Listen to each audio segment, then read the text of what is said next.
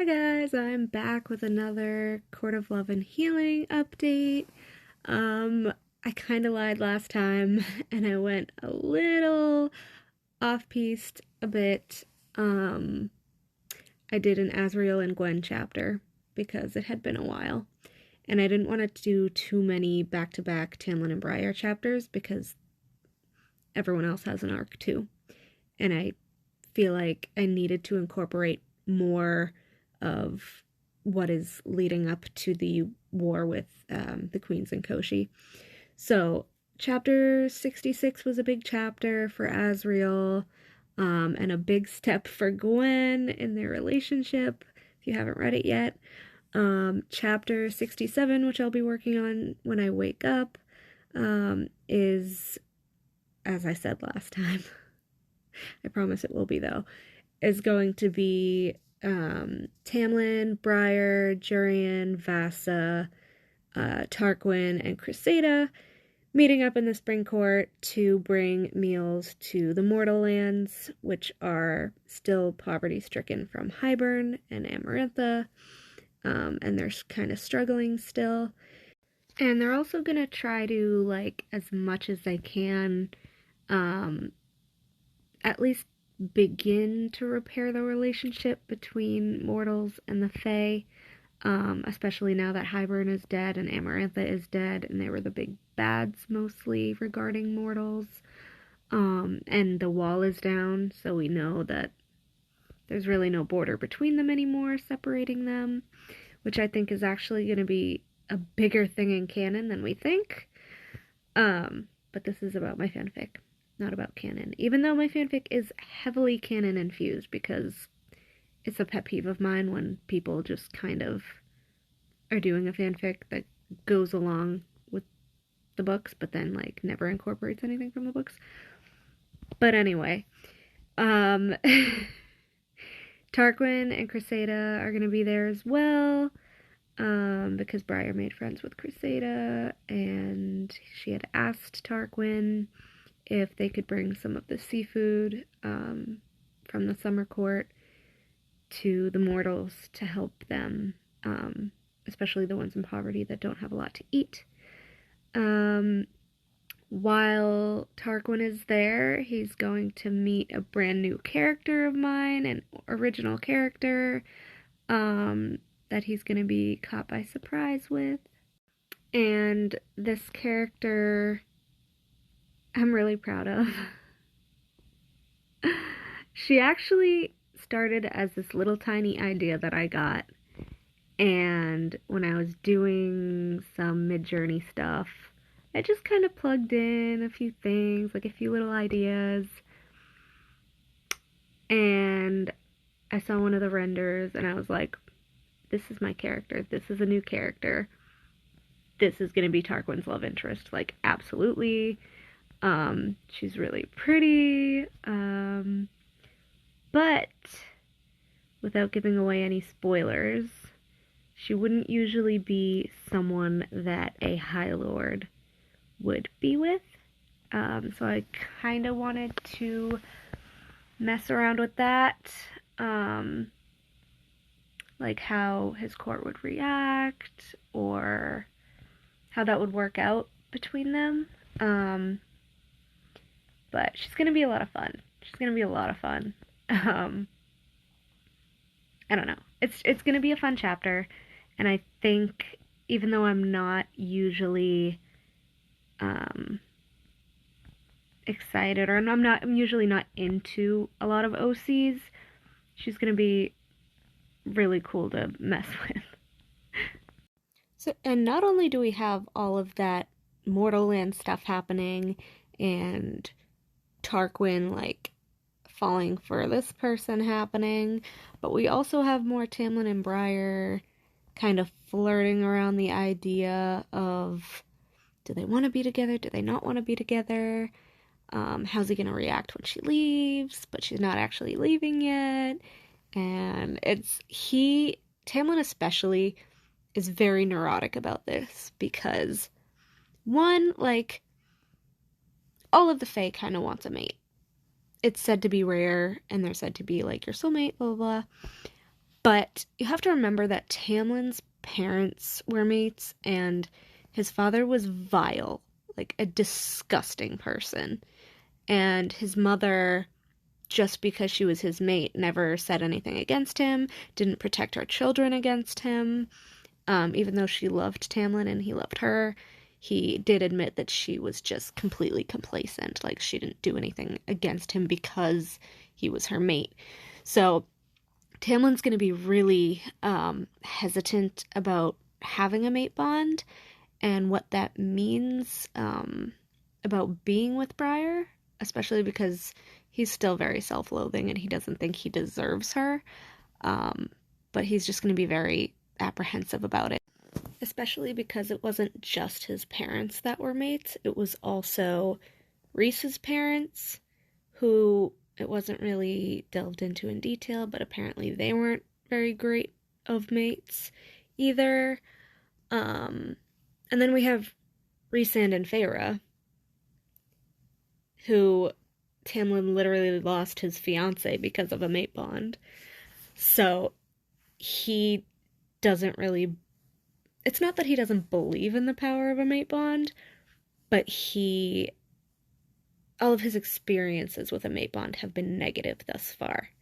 So he's not putting a lot of stock into, oh, I have a mate bond with her, so we must be perfectly paired up. Like, he doesn't believe he's her equal because he doesn't believe he deserves anybody as nice as her, as great as her, as caring as her, and especially as powerful as her. If you haven't read the fic, I'm not going to tell you about her powers because it's all in there. It would be a spoiler.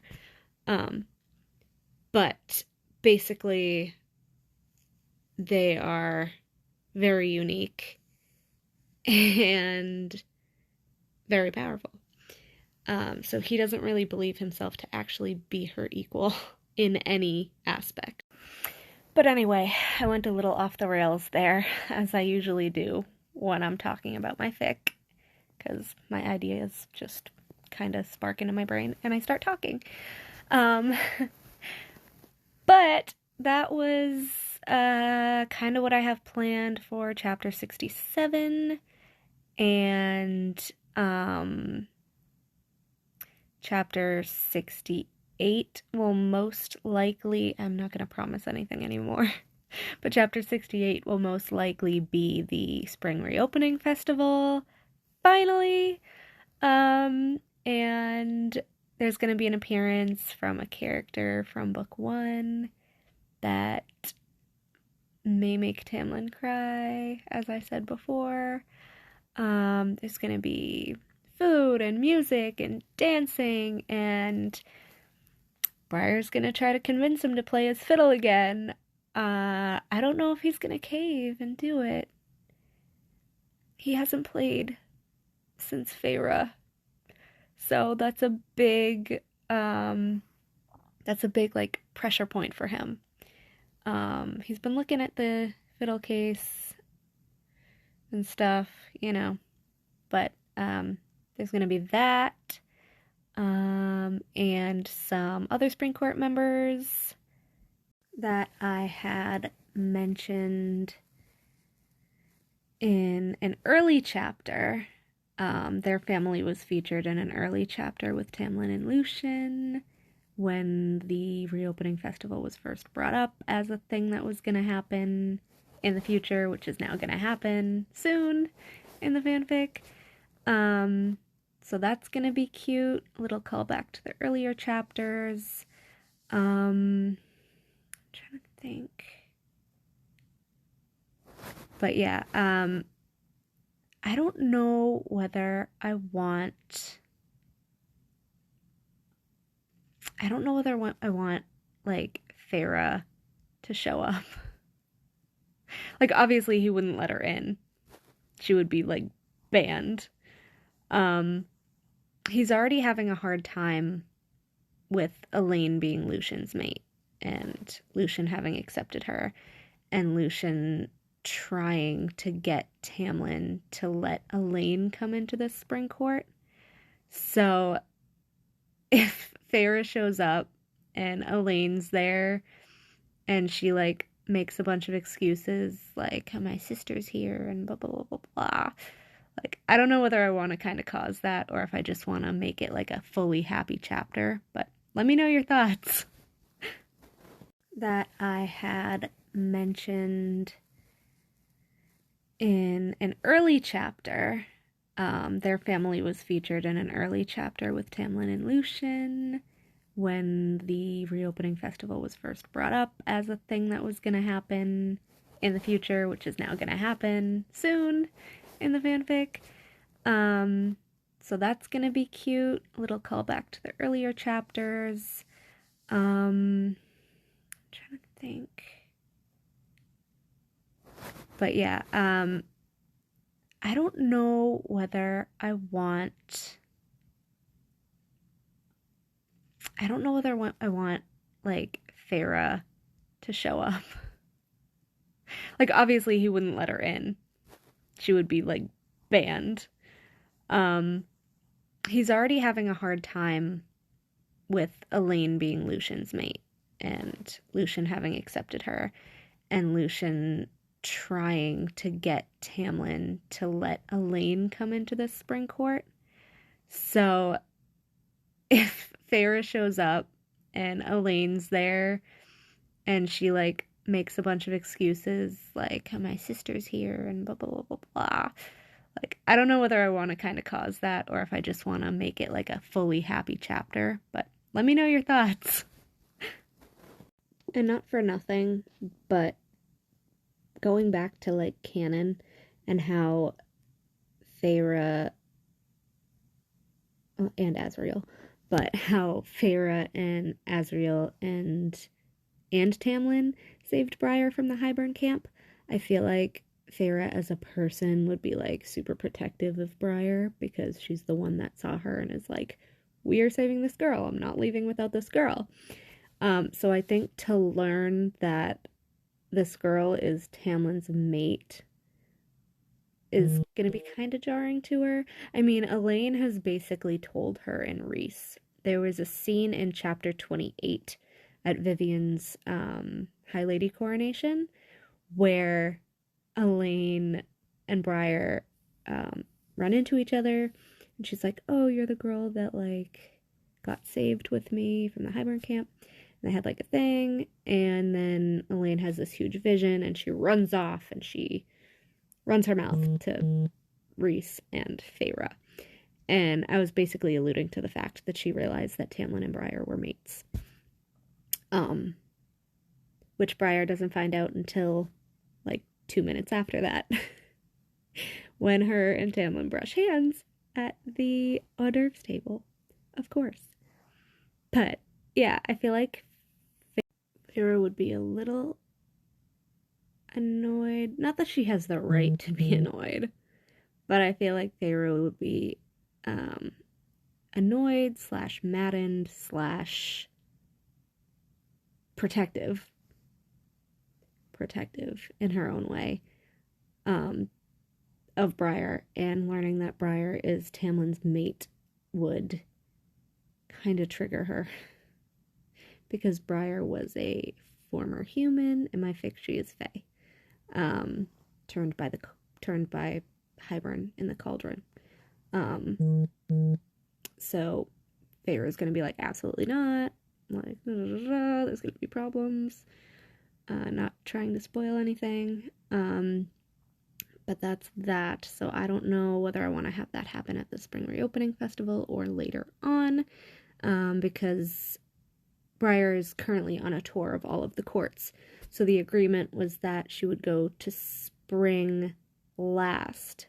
But because because Tamlin and Lucien thought she might like the Reopening Festival to see, like, what Spring had to offer, they agreed that the night court would be last. So she does have to go to the night court after this anyway. So I'm still debating. As for Miss Elaine and her mini friendship with Briar, since she is Lucien's mate and she has periodically gone with him to drop off Briar to different courts, and because Lucian had a family emergency, the last time Elaine actually winnowed Briar to Spring, where she had a little bit of a confrontation with Tamlin. That was fun to write. But regarding Elaine and Briar, they actually have a longer history that I haven't explored. I had Briar mention it, but Elaine hasn't really clicked in her mind yet. She has a lot going on. And we all know Miss Elaine likes her secrets. Her powers know a lot. She gets a lot of visions. And she's keeping a lot of secrets. To be fair, she's keeping these secrets because she doesn't think that she has the right to tell anybody else's secrets, because the secrets that she's getting from her visions aren't really about her. They're about other people.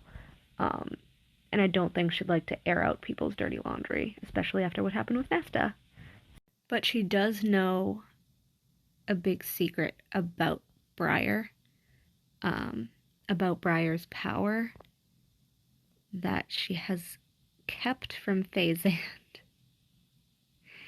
And actually, after her big blow up at Rhys, she's obviously not going to tell them now. And honestly, it's they don't really have a right to know unless Briar and Tamlin want to tell them, which I don't think. They don't need to know. It's gonna come out, and you guys are gonna see. If you've been reading the fic, you already know what Briar's powers are and how it relates to Rhys. And you will get a scene where he figures it out, and all of that. But Briar and Elaine are going to become closer, and I'm kind of excited to explore that. That's going to be fun, actually. And also, if you've been reading the fic, you might have picked up on it, you might not have.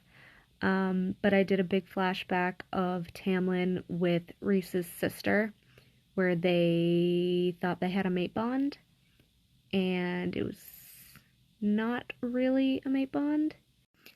It was more than a mate bond. I'm really curious to see if you guys picked up on this, on what happened in that chapter. I thought I made it obvious, but I reread it the other day and I was like, did I make this obvious enough? What happened? I think I did, because it basically outwardly says what happens. But Tamlin and Nova, Rhys's sister, there was a flashback of them where they love each other and they believed each other were mates, even though the bond hadn't snapped. And they are drinking the starlight pool water to intoxicate themselves with magic, to be like really lustful. And they're shifting between their half-beast forms because they're very feral for each other. And they make this promise to one another, which, with all the magic involved, became a spell. And neither of them noticed because they were young and naive. And this spell heavily involves Briar in the present.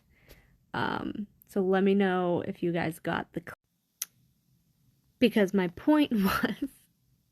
I always do this. I always just go off in different directions and then I forget what my main point is. My point was, when Tamlin and Briar ultimately confront Rhysand and Feyre regarding Briar's power and the two courts just fucking getting along for the sake of politics and shit, this big secret about Briar is going to come out because it is attached to Rhys and Tamlin's past.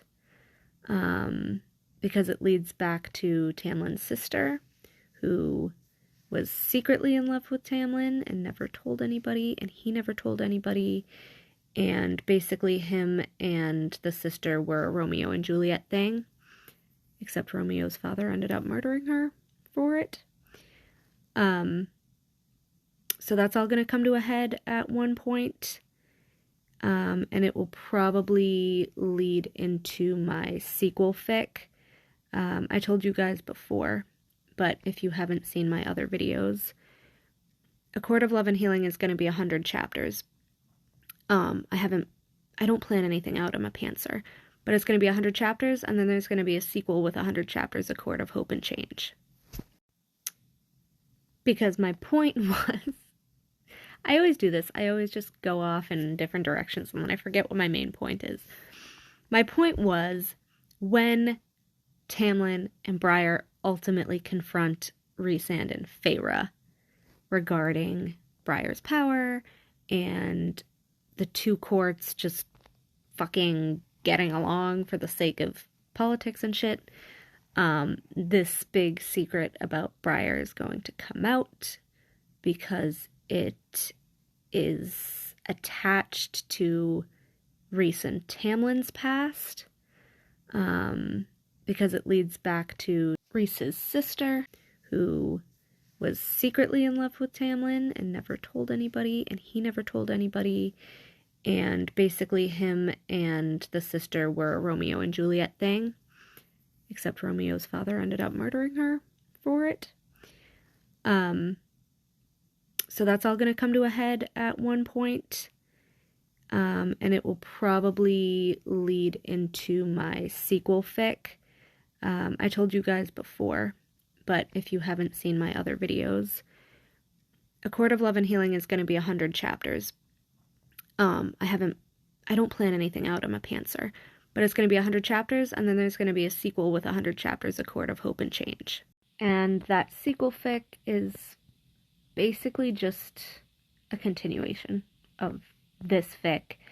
And the reason I'm splitting it up is because ultimately I want to do a few binded copies and do like a giveaway. I wanted to print some of them and do a giveaway. And obviously like 100 chapters is going to be a lot of pages, and it would just be cheaper to split them up when I get them printed than to print like 1,000 pages all at once. So that's basically the only reason I'm splitting them up. So A Court of Love and Healing is the beginning of all of their arcs of love and of healing. A Court of Hope and Change is going to be the second part of their arcs, post Kochi War, post Queens, everyone dealing with that, the continuation of Tamlin and Briar, Lucien and Elaine, Emery and Balthazar, what happens in Illyria, reforming there, more deciding to finally do something about the Court of Nightmares. The Dust Court is going to be involved in the sequel, and I just have a lot of good stuff planned for that too. So yeah, I am in this for the long haul, but I will be looking, or I am looking, I guess, for beta readers for A Court of Love and Healing. You would have to download the AO3 document because I don't have it on Google Drive, unfortunately. But you can download the AO3 doc and mark it up and send it back to me with, typos or continuity errors. There was one continuity error that I found from an early chapter when I reread about Lucien's birthday, how Elaine wanted to throw him a party. That did not end up happening, but I did write in a later chapter that they kind of just spent the night together. It was like their first night together, if you know what I mean, as like a little private party for his birthday. So I did catch that, and I did allude to it in a later chapter. But yeah, if you would like to beta read it for me and catch any typos and mistakes like that, so I can do some edits. That would be amazing. Just let me know, either comment below or DM me on Instagram at booksandwriting, and I would be eternally grateful. And yeah, I love talking about my fanfic, so if you do beta read for me and you have any ideas, or you just want to bounce thoughts or criticisms off of me, I'm totally open to that. I do it with my chat group a lot. I ask them for advice a lot. I think of a bunch of new ideas every day with them. I have a whole list of notes in my phone of stuff that I have to add into chapters, and I have a whole separate note of flashbacks that I want to add in. So I'm totally open to talking about it anytime, anywhere, 24/7. Because during the week I do work midnight shifts, so I'm up all night usually. But yeah, I really need beta readers, and if anyone has read my fic and loves it, or hasn't read my fic but would love to beta read, going in with fresh eyes for the first time, please let me know. But yeah, as I said, you can comment below, or you can DM me on Instagram, or you can send me a Facebook message if you're in the Unpopular Opinion group. I'm on there all the time. But yeah, I know this turned into a long-winded rant, and I'm sorry. But thanks.